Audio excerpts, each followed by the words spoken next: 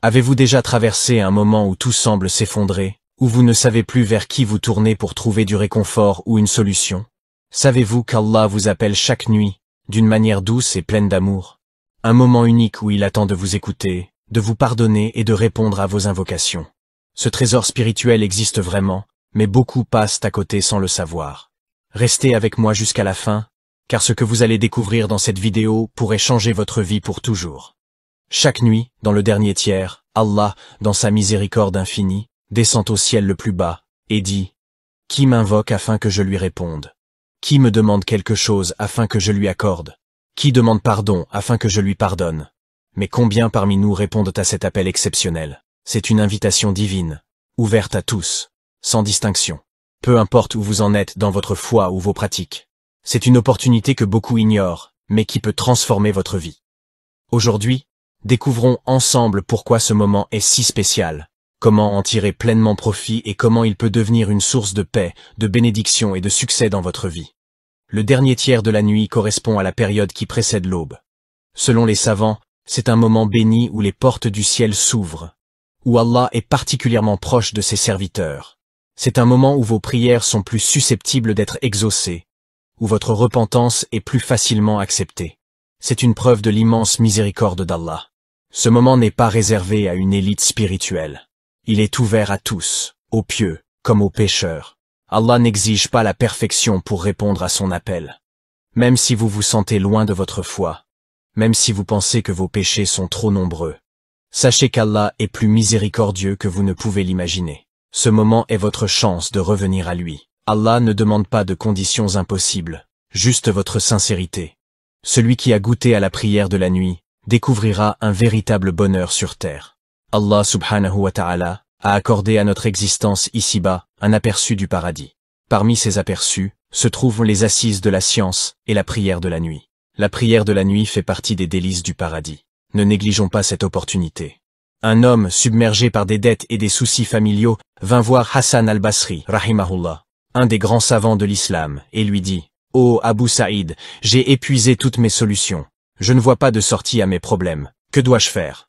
Avec sagesse, Al-Hassan répondit « Réveille-toi pendant le dernier tiers de la nuit. Prière et invocation sont ta clé. Adresse-toi directement à celui qui détient les solutions à tous les problèmes.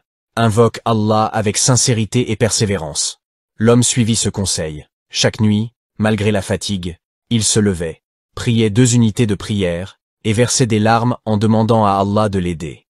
Quelques mois plus tard, il revint voir Al-Hassan, rayonnant de joie. « Ô Abu Saïd, Allah m'a ouvert des portes que je ne pouvais même pas imaginer. Mes dettes sont réglées, mes soucis ont disparu, et mon cœur est apaisé. » Ce récit montre que même dans les moments les plus sombres, il existe une lumière pour ceux qui se tournent sincèrement vers Allah. Pour profiter du dernier tiers de la nuit, voici quelques étapes simples.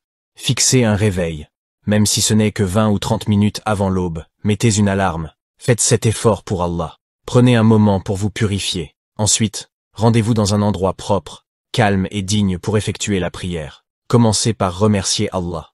Louez Allah et souvenez-vous de lui à travers vos dhikrs préférés, ou récitez quelques versets du Coran si vous le souhaitez.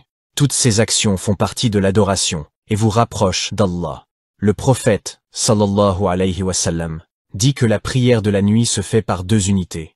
Faites 2 unités de prière, vous pouvez faire plus si vous voulez, mais à condition que vous le fassiez de tout votre cœur, sans précipitation. Lorsque vous vous prosternez, vous êtes en réalité le plus proche qu'un esclave puisse être de son Seigneur. Invoquez Allah avec sincérité, parlez à Allah comme vous parleriez à un ami proche, mais avec respect et humilité. Demandez-lui tout ce que vous voulez, sans réserve. Les pieux prédécesseurs ont dit que la supplication faite pendant le tahajjud, dans le dernier tiers de la nuit, est comme une flèche atteignant toujours sa cible. Si vous êtes dans un besoin désespéré, réveillez-vous pendant que les gens dorment et priez 2 unités de prière. Adressez-vous à Allah avec votre cœur. Se lever à ce moment nécessite un sacrifice, celui du sommeil et du confort, et Allah récompense toujours les sacrifices faits pour lui. Vous montrez que vous placez votre confiance en lui au-dessus de tout.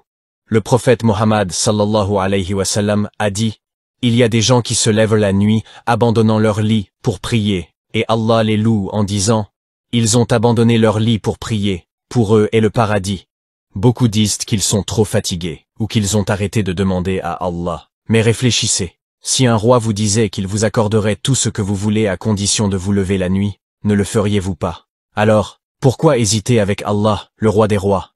Ne désespérez jamais de la miséricorde d'Allah. Si vous traversez une difficulté, et que vous ne faites pas l'effort d'invoquer Allah, mais vous cherchez des solutions ailleurs, rappelez-vous que c'est Allah qui détient la véritable solution à votre problème. Et même si vous pensez ne pas avoir de problème urgent, profitez de ce moment pour remercier Allah pour ce que vous avez. Cette gratitude pourrait attirer encore plus de bénédictions. Le prophète Mohammed, sallallahu alayhi wa sallam, priait régulièrement le tahajjud, bien qu'il n'ait pas eu besoin d'invoquer chaque jour ou de demander pardon, car il était exempt de péché. Il le faisait pour nous montrer l'exemple à suivre. Si lui, le meilleur des hommes, trouvait le temps de prier la nuit, alors pourquoi ne pourrions-nous pas en faire autant? Mes chers frères et sœurs, si vous voulez vraiment quelque chose, si vous désespérez d'obtenir une chose spéciale dans votre vie, mais que vous ne priez pas la nuit, réfléchissez un instant, et demandez-vous si vous voulez vraiment cette chose. Vous devez sacrifier un peu de votre sommeil pour cela. Réveillez-vous, invoquez Allah avec sincérité et certitude, et vous recevrez votre réponse. Essayez de le faire chaque nuit, même un peu, et observez comment Allah transforme miraculeusement votre vie. Pleurez devant lui pendant ce dernier tiers de la nuit. Soyez humble, et demandez continuellement jusqu'à ce que vous obteniez. Ne laissez pas passer cette opportunité. Mettez votre réveil dès ce soir, faites le premier pas.